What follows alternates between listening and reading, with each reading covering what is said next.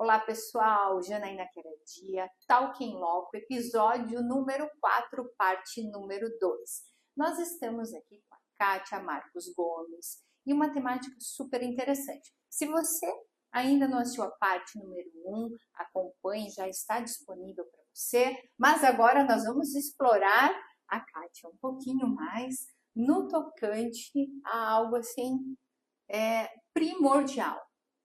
Os pilares do desenvolvimento profissional saudável, Kátia, e dentre eles alguns são fundamentais. Claro, eu tenho certeza que se fosse para você explanar tal situação, nós iríamos passar horas aqui e não iríamos esgotar. Mas na questão do inspirar, como cultivar a inspiração no ambiente de trabalho e de negócios, Kátia? Complexas essas coisas, né? Primeira questão para inspirar é inspirar. Literalmente, né? Literalmente, né? Acho que precisa... a inspiração está muito ligada a algo que está sendo muito batido hoje e que talvez lá atrás tivesse outros nomes, mas que sempre norteou a evolução humana, que é o propósito. Nossa. Né? Isso sempre inspirou a evolução humana. Hoje é com caneta marca-texto que se escreve, né? Propósito de vida e tal, né? Mas saber cuidar, né, disso, né? O que eu estou fazendo aqui, né? Então, assim, qual é a diferença que eu vou fazer onde eu estou? Isso não é uma balela, né? Não é algo... acesso para todas as pessoas? Sim. Aonde você está, não importa o tamanho da onde você está, ali você pode fazer o seu melhor, né? Então, a inspiração, ela tem muito a ver com isso, com identificar a tua razão né, para estar aqui. E isso tem alguns caminhos. Identificar personagens, né, que sejam referências, que já tenham tido uma história, que já trilhado estradas, né, com as ondulações da estrada, né, com os sucessos e fracassos que toda estrada apresenta. Também isso é inspirador, né, de ver personalidades, pessoas, e não só, não digo, às vezes a gente procura personalidades que são nomeadas, né, Sim. mas às vezes no seu bairro, na sua rua, tem uma pessoa dessa. Dentro né? da Na sua família, né? tem uma pessoa dessa, que foi diferente naquilo que ela fez, ou fez o melhor que ela fez, que é reconhecidamente, né? Eu vejo hoje meus pais são muito idosos, já não tem mais quase ninguém do convívio deles, mas eles têm uma história de reconhecimento na cidade deles por coisas muito pequenas que eles fizeram, de ajudar aonde eles estavam, né? Onde eles trabalhavam, no banco que meu pai trabalhava, na escola que minha mãe trabalhava, as pessoas que eles ajudaram e que esse reconhecimento vem. Então, a inspiração, eu acho que ela está ligada um pouco a isso, a questão de ter clareza do que a gente está fazendo aqui. Se deixar a vida te levar, você vai passar. Só passar. Eu falo, né, que você vai ficar à beira do caminho junto com o Roberto Carlos ali, sabe? Na beira do caminho, você vai ficar ali, né? Talvez alguém nem saiba quem é o Roberto Carlos nesse podcast, mas dá tudo certo. Sabe, só ter cultura. E na verdade, dá para passar pela vida sem deixar nenhuma assinatura? Talvez sim. Então, a inspiração começa talvez por isso, né? Qual é a assinatura que você quer deixar, né? Nesses quadros que a gente pinta todos os dias. Todos os dias a gente talvez pinte uma obra. E aí, eu assino ela no final do dia, né? Ela vai para a parede, ou é uma obra que não, eu preciso rever, essa aqui não dá, né? Eu tenho que amassar e, peraí, eu preciso fazer de novo. Então, isso inspira o propósito. E, Kátia, nós vivemos num mundo onde as mulheres estão buscando cada vez mais o seu lugar ao sol, e isso é um fato, que bom, tanto é verdade que estamos aqui conversando, mas nós sabemos que há algumas limitações, né? E como promover, se eu me inspiro, ok, homens ou mulheres, e aqui não é só para as mulheres, mas no tocante a elas, que estão buscando o seu potencial, que estão buscando superar essas limitações, como auxiliar nesse desbloqueio? Que veja, de repente, um desbloqueio mental, um desbloqueio cultural, um desbloqueio social. Como tratar dessas situações? Assim, hoje a gente tem uma cabedal, né, de caminhos muito, muito grandes, né?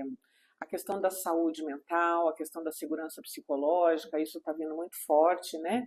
Regulamentado ou não, por uma NR1 ou não, mas vem sendo, porque o índice, né, de adoecimento da população nas questões de saúde mental tem aumentado assustadoramente, e o Brasil é uma referência negativa nesse sentido, né? Então precisa de muita saúde mesmo. Mas um dos caminhos, né, que eu vejo que no meu trabalho ajuda muito as pessoas a mudarem o ângulo de visão é quando se trabalha a questão de crenças, de modelo mental mesmo. Sim. Nós vamos aprendendo por espelho, né? Nosso processo de desenvolvimento, de aprendizagem lá na infância é por espelho. E modelos mentais vão sendo criados. Hoje a neurociência mostra o quanto que os caminhos neurais vão sendo construídos, mas também mostra que eles têm uma elasticidade muito grande, Sim. que eles podem ser mudados, né? Eles podem ser construídos, reconstruídos. E isso tem a ver com essa identificação de quais os modelos mentais, quais são os seus padrões de repetição, identificar a partir disso que crenças estão estabelecidas aí, no que se acredita. Às vezes fala crença limitante, também parece um termo desses, né, modernos, mas assim, o que de verdade você acredita? Por que aquele padrão se repete na sua vida? Porque você acredita em algo, que pode ser positivo ou negativo, que pode ser bom ou ruim, que pode ser, enfim, coerente ou não coerente, e inclusive pode ser algo que você verdadeiramente queira, trabalhou uma vida inteira para desconstruir, e é aquilo que acaba fazendo o seu padrão ser repetido. Então, a identificação de crenças hoje, crenças limitantes, e aí poder fazer essa releitura tem sido um bom caminho para potencializar, para poder descobrir potenciais e para poder potencializar aquilo que já deu. Sim. Só que ele está encoberto por crenças limitantes mesmo, por coisas que, eu falo assim, pode ter sido história com H lá atrás.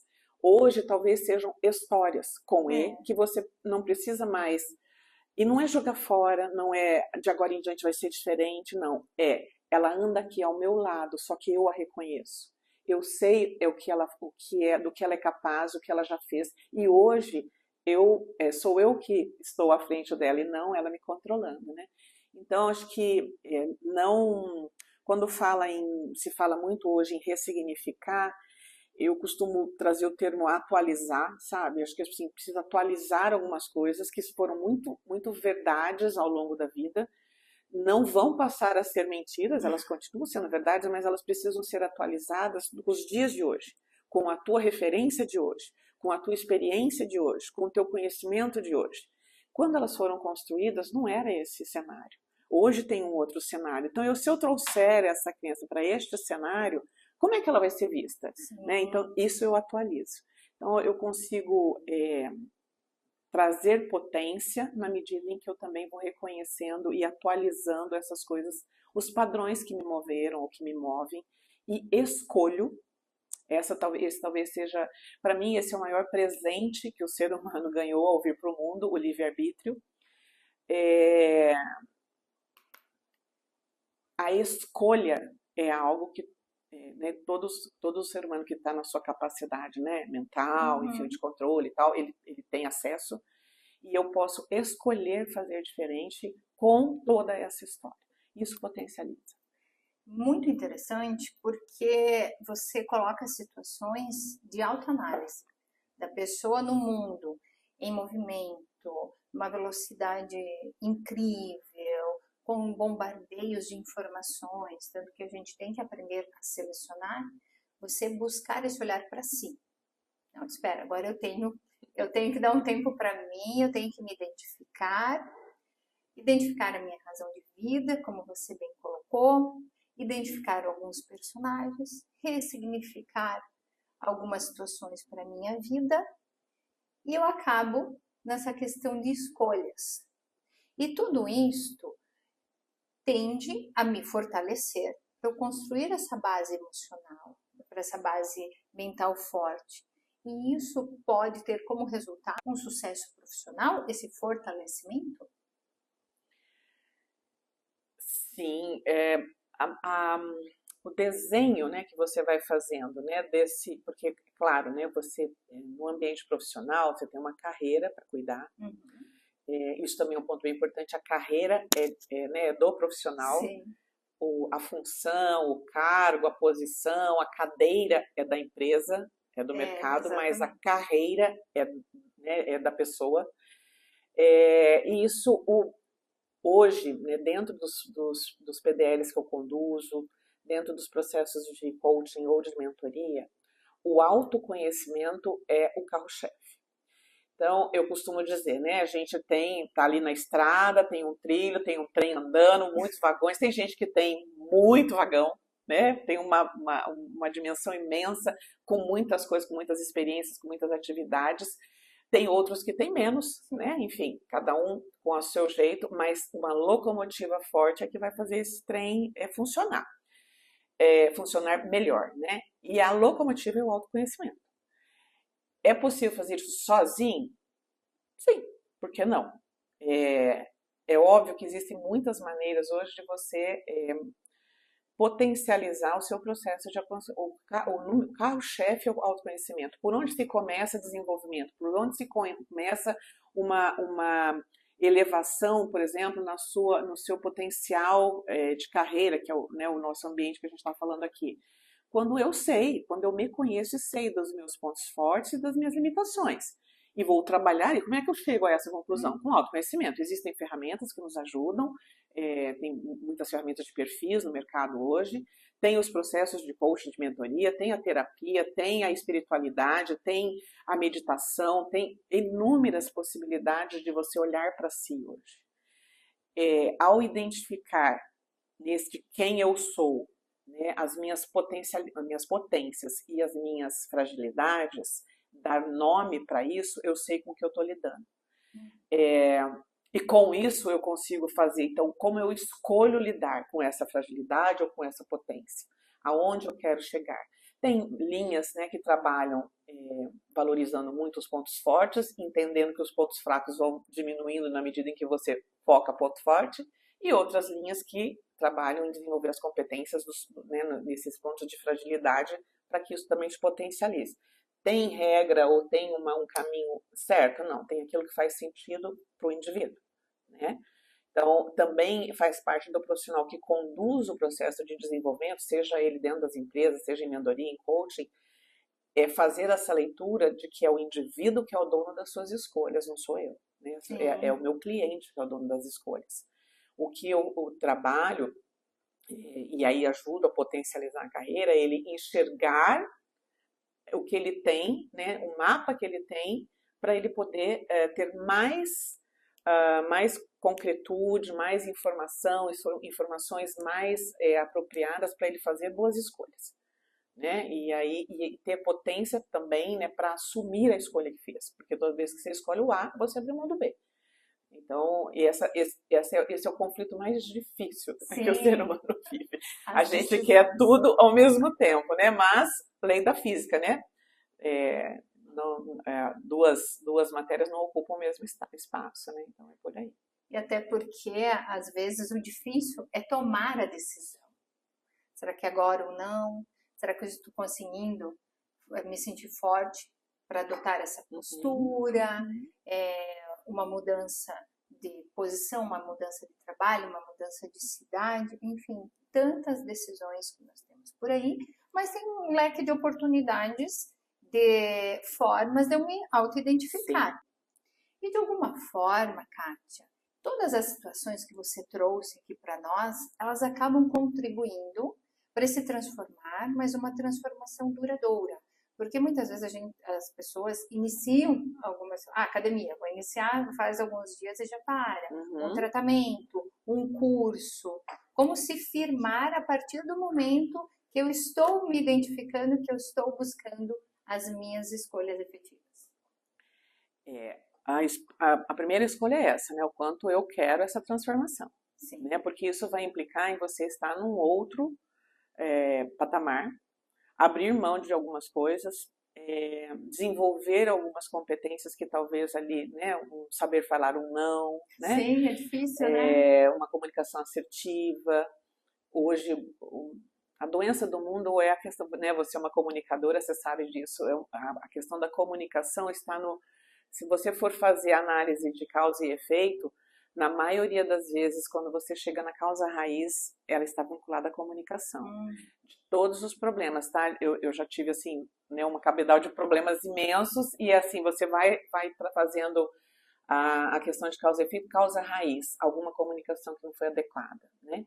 Então, a comunicação assertiva hoje é uma das competências, assim, muito procuradas, porque a demanda, né, e o que muitas vezes nós somos levados ou exigidos a falar sim quando a gente não quer dizer não, né, ou os papéis nos levam às vezes para um processo de comunicação que não é adequado, que não traz satisfação interna.